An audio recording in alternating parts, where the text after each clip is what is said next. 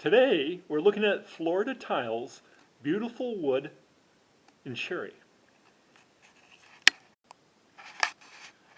Here we are. Kind of see it there. They say cherry, but man, it's really more of a walnut color. They claim to be 8 inches by 36 inches. On the back of the box, they have recommendations, and they suggest no more than a 33% overlap.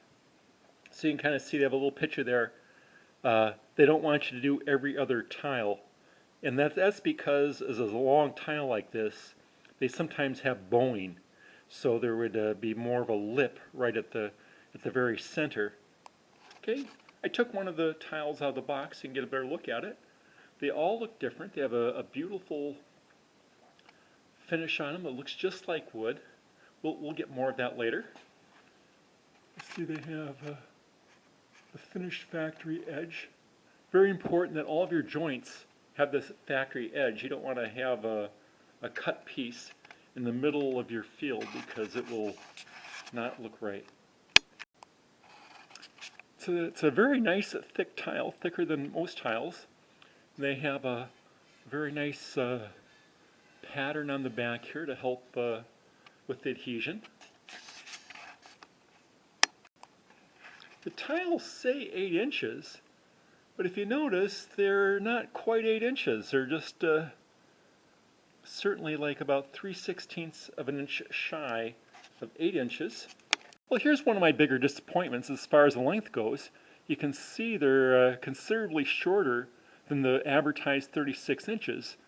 And this batch was pretty consistent, but I picked up a box from another batch, and there was actually more than 1/8 of an inch shorter than this. So if this was 36 by 8 inches long, that'd be exactly 2 square feet, although it's slightly less than that. So we're talking about maybe 1.92 square feet or so for my measurements.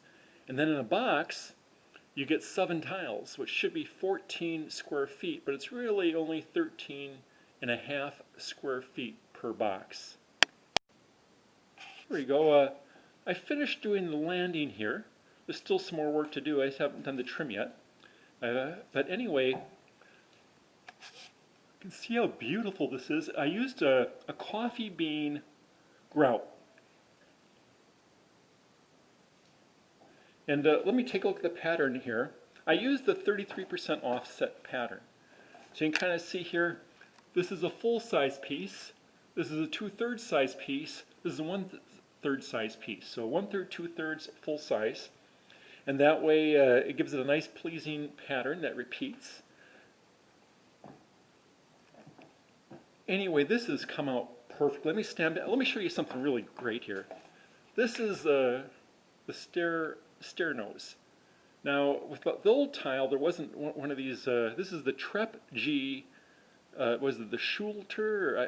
It's kind of a difficult name to pronounce, but it's the TREP-G. This is a 7/16 inch TREP-G, and you could have even gone with a 1/2 inch and had a little mortar under there. That might have been a little bit better. But I've had people fall off these stairs; they don't see them. And now with this nice aluminum stair edge here, it really helps out a lot, and I'm really glad I got the stair edge. You can kind of see how the stair edge is really quite visible. Well, the kitchen's just about done, a little more than halfway done.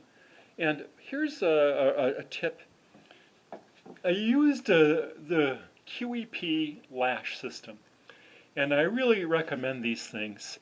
And it really helped out a lot as far as getting these things all leveled. And you need all the help you can. That's how you tell a good job from bad job, is how level every single one of the pieces are. Another thing I did, you see that red stuff in there? This is Red Guard. It's a waterproofing thing that you use for showers. And I put a nice big double coating of Red Guard all the way around here because there's water. This is where the refrigerator goes, and there's a water tap. And I didn't want any kind of a leak. See, the leak would immediately go in the walls and then go underneath the walls and then go into the subfloor. So by putting the red guard down there, when there's a leak, it'll pull up and kind of come out, and then I could see that there's a leak instead of it disappearing in the subfloor and right on the subfloor, which is actually the reason I had to redo this. This is where the dishwasher goes. You can kind of see how I got all the red guard all the way around here. And so what happened is my dishwasher, every time I'd run it, maybe a cup of water would come out. And it would go into the cracks, and eventually it rotted out the subfloor. And I had to replace the subfloor right here. And so that's the reason I have to put a new floor in here. But anyway, this red guard is cheap, and I highly recommend the red guard any place that you might have water, because it's just fabulous stuff. So you can see I used the Hardiebacker board. And the reason I use this is because it's the strongest stuff on the market. And I would not recommend it if you're doing a shower stall. That's because water will eventually ruin this stuff here, but stuff that's not supposed to get too wet, the Hardy fiber board does a good job. And of course, as far as waterproofing goes, the red guard is in here. Okay, now we're going to cut the tile. I got the mark lined up, get it right on in there, make it nice and tight to make sure we got a square cut. Hold the handle down. Then we score the top with the roller, and then make the cut. Well, here's the piece I need to cut. So I got my tile saw already, and I sent the fence exactly 3 3/4. And then I made a line for the length I need to cut it. So I just run it through there and cut it. Okay, I got the first cut in here. And now I just got a freehand cut along the line. It's really pretty easy to do. Keep everything straight, and we'll have everything finished.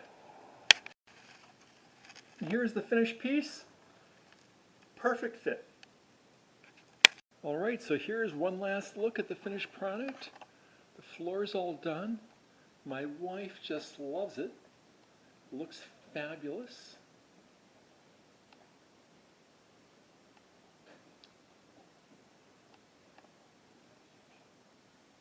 And anyway, it's a nice high quality tiles, and we're really glad we got them.